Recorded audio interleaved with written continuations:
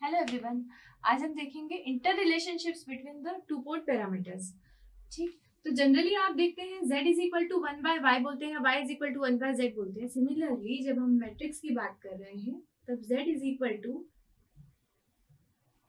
y matrix का inverse, या यदि हमारे पास में z पैरामीटर्स गिवन है और आपको y पैरामीटर्स फाइंड आउट करना है तो इट इज इक्वल टू, नाम से ही क्लियर है, हाइब्रिड पैरामीटर्स और इनवर्स हाइब्रिड पैरामीटर्स किस तरह से रिलेटेड होंगे। ठीक, यदि आपके पास में जी पैरामीटर्स गिवन है और आपको एच पैरामीटर्स फाइंड आउट करना है तो आप मैट्रिक्स का जस्ट इनवर्स ले लेंगे। सिमिलरली तो आप एच पैरामीटर्स का इनवर्स ले लेंगे। यदि आपके पास में ट्रांसमिशन पैरामीटर्स हैं और आपको इनवर्स ट्रांसमिशन पैरामीटर्स निकालना है तो आप इनका इनवर्स नहीं ले सकते। साथ ही यदि आपके पास इनवर्स ट्रांसमिशन पैरामीटर्स हैं और आपको ट्रांसमिशन पैरामीटर्स निकालने हैं उस केस में भी आप डायरेक्टली इनवर्स नहीं ले सकते। ऐसा क्यों होता है? ऐसा करंट की डायरेक्शन के कारण से होता है। जो आप स्टैंडर्ड नोटेशन आपका पावर सिस्टम का रहता है उसमें और हमारे नेटवर्क के नोटेशन में थोड़ा सा डिफरेंस आ जाता है टू पोर्ट के नेटवर्क में, कि आपका करंट का डायरेक्शन जो रहता है वो इनवर्ड लेता है। इसीलिए यहाँ पर यदि आपको निकालने हैं A dash, B dash, C dash, D dash parameter और आपके पास में यदि है ए, बी, सी और डी, तो आप इस तरह से उसका इनवर्स लेंगे। यहाँ नेगेटिव साइन रहेगा। सिमिलरली यदि आपको ABCD पैरामीटर्स फाइंड आउट करने हैं और आपके पास में गिवन क्या है, A dash, B dash, C dash, D dash, तो आप क्या करेंगे, नेगेटिव साइन के साथ में उसका इनवर्स लेंगे। तो कोई भी पैरामीटर्स यदि आपको दिया है उसका इनवर्स वाले पैरामीटर्स जस्ट आप उसको इनवर्स लेके निकाल सकते हैं, सिवाय ट्रांसमिशन पैरामीटर्स के, उसमें थोड़ा सा चेंजेस करके आप डायरेक्टली निकाल सकते हैं। वन बाय वन हम ये देखते हैं। जैसा कि हम देखते हैं z parameters in terms of y parameters. इसका मतलब यदि आपको y पैरामीटर्स गिवन है y11, y12, y21, y22, यदि आपको ये पता है तो हमने अभी देखा कि z यदि हमें निकालने हैं तो हम क्या करेंगे, इनका इनवर्स ले लेंगे। इनका इनवर्स लेंगे मतलब क्या हो जाएगा, y22, y11 minus of y12 minus of y21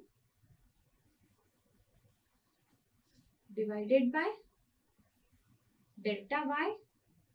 This will equal to, what is delta y? Delta y is equal to y11 y22 minus y12 y21. ये डेल्टा y हो जाएगा। इसका यदि आप इसमें डिवाइड कर देंगे तो आपके z पैरामीटर्स आ जाएंगे। तो z parameters is equal to क्या आ जाएंगे, z11 is equal to y22 upon delta y, z12 is equal to minus of y12 divided by delta y, z21 is equal to minus of y21 divided by delta y, and last one is z22 is equal to y11 divided by delta y. ठीक, इस तरह से आप parameters निकाल लेंगे। Similarly यदि आपको y parameters in terms of z parameters निकालना है तो सेम अप्रोच आप लगाएंगे, जस्ट उसका इनवर्स ले लेंगे, फाइंड आउट कर देंगे। सिमिलरली यदि हमें z parameters in terms of ABCD parameters निकालने होंगे तो क्या, अभी तक हमने डिस्कस किया कि z अगर y है तो हम निकाल लेंगे, y अगर z है तो निकाल लेंगे। लेकिन यदि ABCD गिवन है और हमें z निकालना है तो हम कैसे निकालेंगे? सिंपल है, हमारे पास में स्टैंडर्ड इक्वेशंस दोनों की है। अब दूसरे एक इक्वेशंस को दूसरी फॉर्म में लाना हमें आता है। देख लेते हैं हमारे पास अभी क्या गिवन है, ABCD पैरामीटर्स की स्टैंडर्ड इक्वेशंस गिवन है और हमें फाइंड आउट क्या करना है, z पैरामीटर्स। इन इक्वेशंस को इन फॉर्म में लाना है। कैसे करेंगे? सबसे पहले हम इस इक्वेशन को देखते हैं, इसको बोल देते हैं हम इक्वेशन 3 और 4 और हमारे पास गिवन क्या है, 1 और 2। ठीक है, 1 और 2 की हेल्प से हमको 3 और 4 फाइंड आउट करनी है। ठीक है, तो यहाँ देखेंगे हम सेकंड इक्वेशन देखते हैं। सेकंड इक्वेशन में क्या है, I1 and I2 and V2, I1, I2 and V2। बस इसको रीअरेंज कर देंगे तो हमारी फोर्थ इक्वेशन आ जाएगी। क्या होगी, इसे देखते हैं। CV2 is equal to I1 plus DI2, या फिर V2 is equal to 1/c I1 plus D/c I2। ये हो गई हमारी इक्वेशन 5।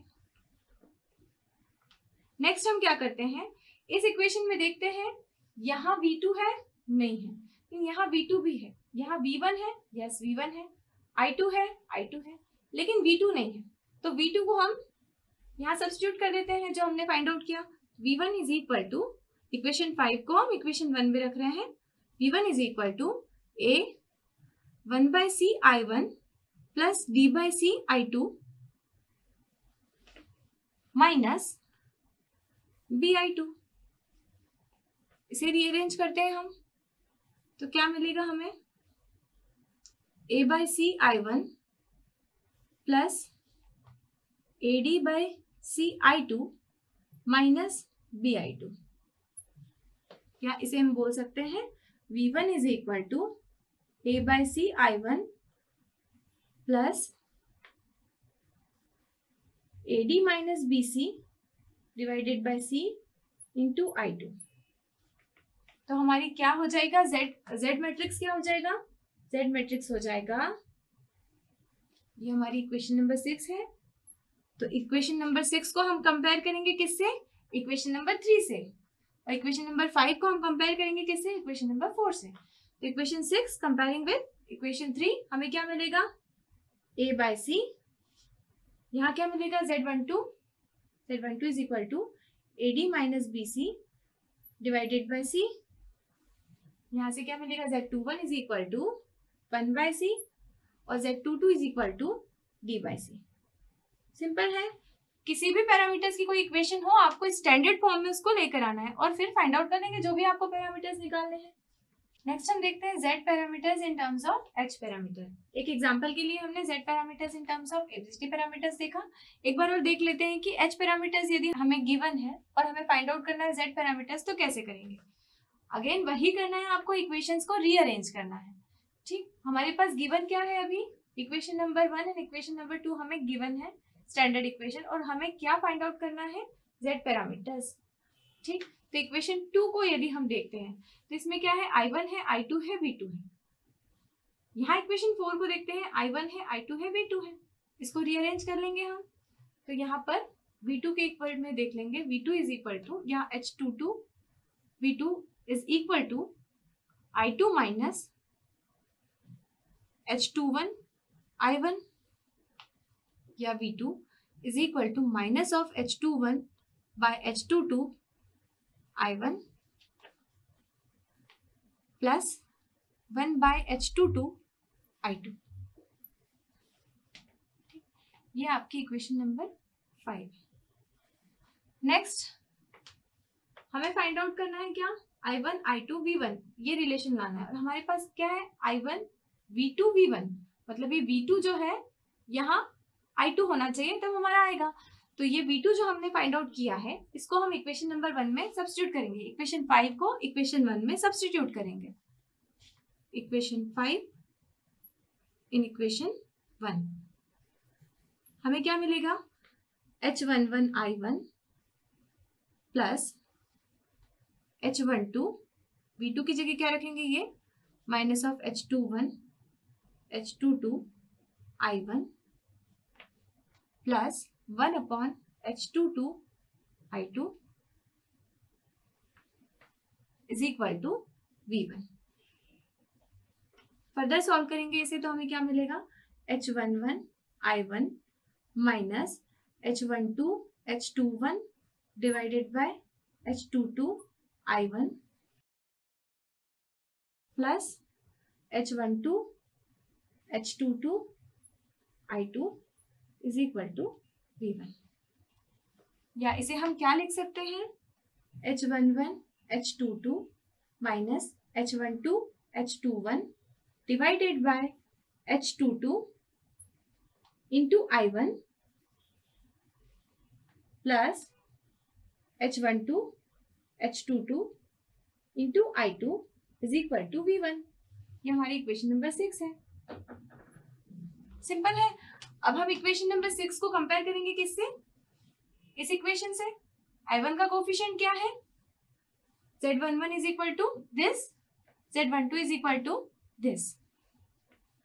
ठीक, तो हमारे पास में जो इक्वेशन 6 एंड इक्वेशन 5 है उनसे हम Z पैरामीटर्स को कंपेयर करेंगे तो हमें क्या मिलेगा,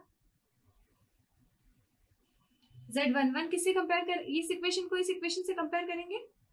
ठीक, तो Z11 इज इक्वल टू क्या हो जाएगा, H11 H22 minus H12 H21 divided by H22।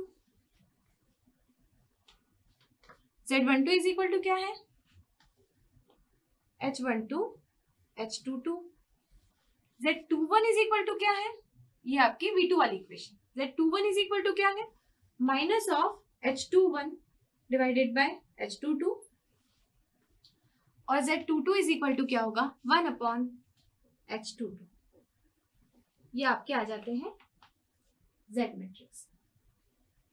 बस आपको क्या करना है, जो भी आपको इक्वेशन पूछी गई है जिसके द्वारा निकालना है वो आप क्या करेंगे, दोनों ही स्टैंडर्ड इक्वेशंस को राइट डाउन कर लेंगे और फिर दोनों को एक दूसरे की फॉर्म में लाने की कोशिश करेंगे। जो दूसरी आपके पास में गिवन इक्वेशंस है उनको फर्स्ट काइंड जो हमको निकालनी है, फाइंड आउट करनी है, उसकी टर्म्स में उसको लाने की आप कोशिश करेंगे।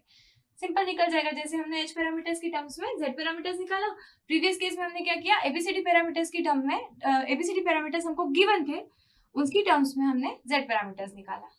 सिमिलरली यदि हमारे पास में डिफरेंट पैरामीटर्स दिए हैं और हमें कुछ और फाइंड आउट करना है तो हम कर सकते हैं। ये टेबल आप जो देख रहे हैं इसमें आपको नंबर ऑफ कॉलम्स जो दिखा रहे हैं वो आपके पास में गिवन डाटा है, आपको गिवन मैट्रिक्स जो भी आपको दिया हुआ है वो है, और जो नंबर ऑफ रोज दिखा रही हैं आपको वो क्या दिखा रही हैं, जो आपको फाइंड आउट करना है। जैसा कि फर्स्ट रो में अगर आप देखते हैं तो find out Z parameter, first row first column Z का Z ही है। ठीक है, सेकंड कॉलम देखेंगे फर्स्ट रो की तो आपको क्या दिख रहा है, Y पैरामीटर्स की टर्म्स में आप Z पैरामीटर्स को किस तरह से लिख सकते हैं। इसी तरह से आप टेबल को रीड करेंगे। यदि आपको लेंथी कैलकुलेशन में नहीं जाना है, ऑब्जेक्टिव टाइप क्वेश्चन सॉल्व करना है तो आप इन रिलेशंस को डायरेक्ट भी याद रख सकते हैं और वैल्यूज को फाइंड आउट कर सकते हैं। अदरवाइज अगर आपको कोई कन्वेंशनल एग्जाम देनी है या आपकी एग्जाम में अपीयर होना है, जिस भी एग्जाम में आप हो रहे हैं, अगर आपको डिस्क्रिप्टिव लिखना है पूरा, तो मेरा मानना यही है कि आप स्टेप बाय स्टेप सॉल्व करें, इक्वेशन को स्टैंडर्ड इक्वेशन की फॉर्म में लाएं और कैलकुलेट कर लें।